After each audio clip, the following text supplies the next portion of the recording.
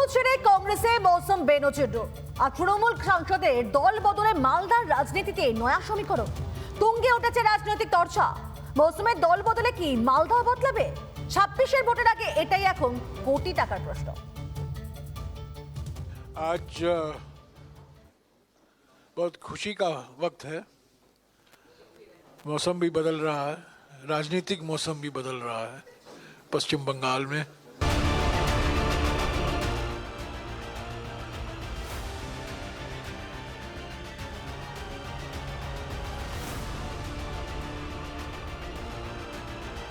তৃণমূল কংগ্রেস ছেড়ে কংগ্রেসে যোগদান করার পর থেকেই মৌসম নূরকে ঘিরে এক রাজনৈতিক বিতর্ক দেখা দিচ্ছে। জেলা তৃণমূল নেতৃত্বের মধ্যে কেউ মৌসম নূরকে বলছেন তিনি সুবিধাবাদী, আবার কেউ বলছেন তিনি বেঈমান। মৌসুমের বিরুদ্ধে তৃণমূলের সুর সপ্তমে, পাল্টা জবাব দিতে ছাড়ছে না কংগ্রেস।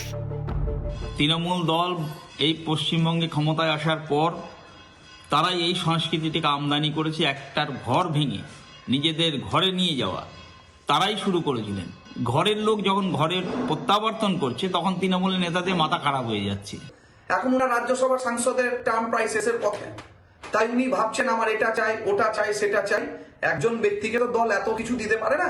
ওনার যেটা ভালো মনে হয়েছে উনি করেছেন। আর মালদার মানুষ মমতা বন্দ্যোপাধ্যায়ের দিকে তাকিয়ে ভোট দেয়, অন্য কোনো ব্যক্তিকে দেখে নয়। বরকত গনি খান চৌধুরীর পরিবারের সদস্য মৌসম বেনজির নূর 2009 সালে কংগ্রেসের টিকিটে জিতে প্রথমবার সাংসদ হন। 2014 সালেও মালদহ উত্তর কেন্দ্রে জেতেন কংগ্রেসের হয়ে।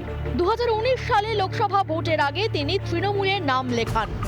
ঘাস ফুলের প্রতীকে জিততে পারেননি। 2020 সালে মৌসমকে রাজ্যসভায় পাঠান মমতা। মেয়াদ শেষের কয়েক মাস আগে ফের তৃণমূল ছেড়ে কংগ্রেসে মৌসম। এরা সুবিধাবাদী। যেদিনকে তার মা রুবিনুর প্রয়াত হয়েছিলেন সেদিনকে বিধায়িকার যে নির্বাচন, সেখানে কিন্তু তৃণমূল কংগ্রেস প্রার্থী দেয়নি তার মাকে সম্মান জানানোর জন্য। সেগুলো ভুলে গেলেন মৌসম নূর। তিনি শুভেন্দু অধিকারীর হাতে তামাক খেয়ে কংগ্রেসে জয়েন করলেন। যেভাবে কারো ঘর ভেঙেছিল তৃণমূল, তাদেরও ঘর ভাঙতে চলেছে এবং দিকে দিকে বহু মানুষ, বহু নেতারা তাদের নিজেদের ঘরে ফিরছে।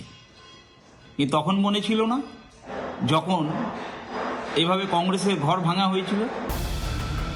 পৌষে মৌসুমের বদলে এভাবেই চড়ছে রাজনীতির পারদ। এ নিয়ে ঘাস ফুলকে বিঁধতে ছাড়ছে না পদ্ম। তৃণমূল কংগ্রেসের পায়ের তলার মাটি সরে যাচ্ছে। মুসলিম সম্প্রদায়ের মানুষ তৃণমূলের প্রতি অত্যন্ত তিতিবিরক্ত। মৌসুমের মতো একজন বিচক্ষণ রাজনীতিবিদ মানুষের এই পালসটি বুঝতে পেরেছেন। মৌসম নূর কংগ্রেসের হয়ে একটা দলের ফ্যাক্টর, দল কংগ্রেস দল একটা শক্তিশালী হলো, তেমনটাই ধারণা জেলা কংগ্রেস নেতৃত্বে। মালদা থেকে দীপঙ্কর গোস্বামী, রিপাবলিক বাংলা।